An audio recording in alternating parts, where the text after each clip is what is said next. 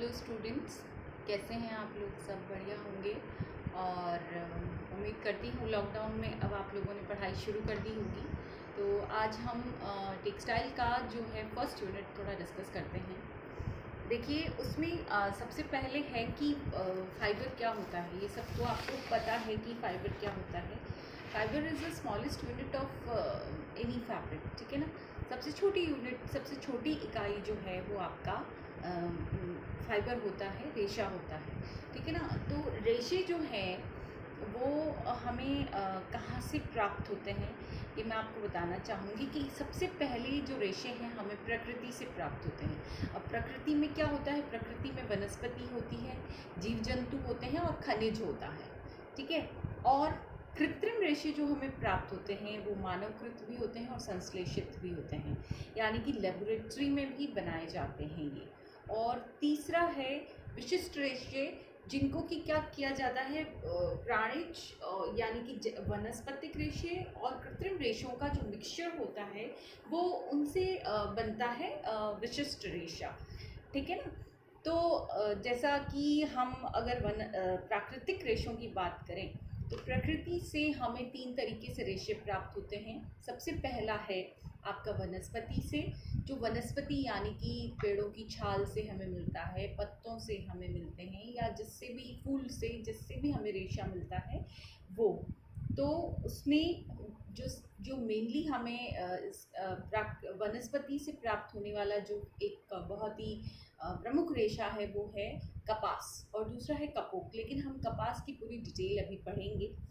फिर है प्राणिज। प्राणिज यानी कि जीव जंतु या कीड़े मकोड़ों से प्राप्त होने वाला, तो उसमें है ऊन और रेशम, ठीक है ना। ऊन प्राप्त होती है और रेशम, इन दोनों को ही हम डिटेल पढ़ेंगे। फिर तीसरा है बच्चों खनिज।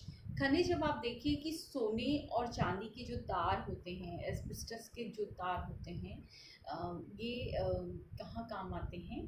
तो ये हमें खनिज से प्राप्त होते हैं। तो 3 प्रकार के जो रेशे हैं वो हमें प्रकृति से प्राप्त हो गए। पहला था वानस्पतिक, दूसरा प्राणिज और तीसरा खनिज। अब हम पढ़ते हैं कृत्रिम रेशों के बारे में। कृत्रिम रेशे जो बच्चों होते हैं लेबोरेटरी से यूजुअली हमें प्राप्त होते हैं, जो लैब में बनाए जाते हैं। तो जो टेक्सटाइल इंडस्ट्रीज़ वगैरह होती हैं वो लोग अपनी लेबोरेटरी में इसको बनाते हैं।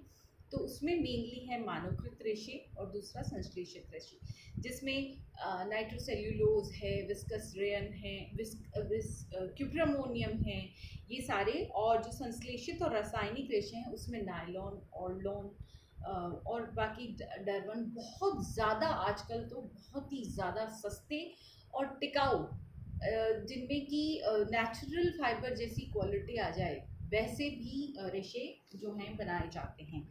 और विशिष्ट रेशे, जैसे आप समझ ही गए कि प्राकृतिक रेशे यानी कि कॉट्स वूल, तो कॉटन और वूल को मिला के जो कपड़ा बनाया जाता है दैट इज़ कॉट्स वूल। जैसे और भी बहुत सारे जो कॉटन नायलॉन को मिक्स करके भी कपड़े बनाए जाते हैं। तो इस प्रकार से हमने देखा कि बहुत सारे जो ये है रेशे हमें इस तरीके से प्राप्त होते हैं। अब सबसे पहले हम बात करेंगे बच्चों प्राकृतिक रेशे। प्राकृतिक रेशे जो हैं वो है कॉटन, सबसे इम्पॉर्टेंट है कॉटन। अब कॉटन की मैन्युफैक्चरिंग क्या है, कॉटन की क्वालिटीज़ क्या हैं, इन सब के बारे में हम अब पढ़ेंगे, ठीक है। तो एक सेकेंड मैं आपको बताती हूँ।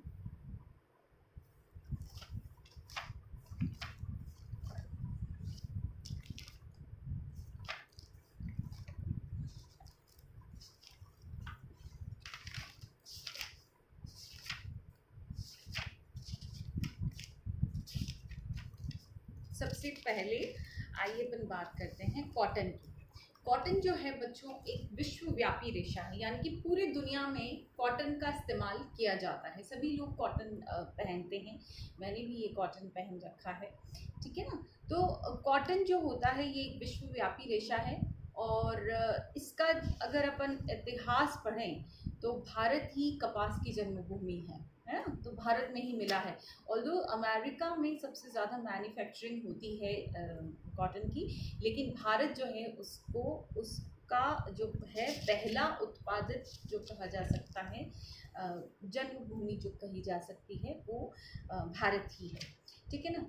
अब हम बात करते हैं कपास की खेती, इस कपास की मैन्युफैक्चरिंग की। तो सबसे पहले बच्चों क्या है कि कपास का एक पौधा होता है, उसको उगाया जाता है, उसमें से फिर कपास के कोए मिलते हैं, बंद कोए, ठीक है, जैसे कली जिसको कहते हैं, वो कोए होते हैं छोटे छोटे, और फिर धीरे धीरे वो कपास जो है वो फूट जाता है, खुल जाता है, ठीक है। फिर उन कोओं को क्या करते हैं कि एकत्रित किया जाता है, उन कोओं को एकत्रित करके फिर उनको बिलोना, जैसे अपन करते हैं ना बिनोले, जैसे यूं करना, तो एक मशीन होती है, उस मशीन के थ्रू उन कपों को एकत्रित करके बेला जाता है, जिससे कि बीज अलग हो जाते हैं और जो उसके छोटे रेशे हैं वो अलग हो जाते हैं। फिर क्या किया जाता है कि गांठों को खोलते हैं और आपस में मिलाया जाता है, ब्लेंड किया जाता है उनको, ताकि वो मोटे रस्से के रूप में आपको मिल सके। फिर होती है उसकी कार्डिंग। कार्डिंग पे एक क्वेश्चन आता है बच्चों, शॉर्ट क्वेश्चन, तो आप थोड़ा ढंग से देखिए कि इस प्रकार एक एक इंच मोटी चादरों में जो कपास फैला दी जाती है, उसमें कुछ समय तक अशुद्धियाँ रहती है। उन अशुद्धियों को कूट कूट कर, यानी कि बहुत ज़्यादा उनको कूट के उसमें से अशुद्धियाँ निकाल दी जाती हैं। तो आपको एक लिंटर यानी कि एक पूरी चद्दर समान एक आपको वो मिल जाता है, इसका कपास का, जिसको कि कार्ड स्लाइवर कहा जाता है, ठीक है। और फिर इसको इसमें कंघी की जाती है, कॉम्बिंग की जाती है। कॉम्बिंग से क्या होगा कि वो थोड़े मोटे मोटे उस रूप में मिल जाएंगे आपको। फिर उनकी स्लाइवरिंग बनाई जाती है, पूनियाँ जिसको बोलते हैं, कि लच्छियाँ जिसको बोला जाता है, वो बनाई जाती है। फिर उनको स्पिनिंग में ले जाया जाता है। स्पिनिंग से क्या होता है, ट्विस्टिंग होती है उनकी, जिससे कि फिर वो धागे बन जाते हैं। उसके बाद धागे बनने के बाद ऑब्वियसली फिर बाद में उसकी वीविंग में ले जाया जाता है, तो आपको एक कपड़ा प्राप्त हो जाता है, ठीक है। कपड़ा बनने के बाद गारमेंट बनेगा, फिर उसको हम पहनते हैं, ठीक है। पर जब वीविंग होती है, वीविंग के दौरान क्या होता है कि वो लूम से जब उतरता है कपड़ा, कॉटन का स्पेशली, तो थोड़ा खाँच लिए हुए होता है, तो उसकी फिनिशिंग की जाती है। फिनिशिंग मतलब उस पर मर्सराइजिंग करो, या जो भी कॉटन के फैब्रिक को फिनिश करने के लिए, उसको सॉफ्ट बनाने के लिए, या जो एक मटमैला सा उसका रंग ओरिजिनल फॉर्म में होता है, उसको रिमूव करने के लिए और उसको सॉफ्ट करने के लिए बहुत सारे प्रोसेसेस किए जाते हैं, जिससे कि वो एकदम स्मूथ कपड़ा आपको मिल जाता है। और फिर उस कपड़े को फिर उसमें डाला जाता है, परिष्कृति परिसज्जा के बाद उसको कलरिंग में डाला जाता है। फिर जैसा कलर आप चाहते हैं वैसा कलर आपको मिल जाएगा, और उसके बाद जो है वो गारमेंट स्टिचिंग के लिए जाता है। और जो आप ये सब कपड़े पहने हुए हैं, वो उस कॉटन की, वो इतने लंबे प्रोसेस से होने के बाद आपको कॉटन का फैब्रिक मिलता है, ठीक है। अब अपन कल पढ़ेंगे ऊन के बारे में। ओके, आई होप आपको सबको समझ में आया होगा। फिर नहीं आए तो आप लोग प्लीज़ मुझे पूछ लें।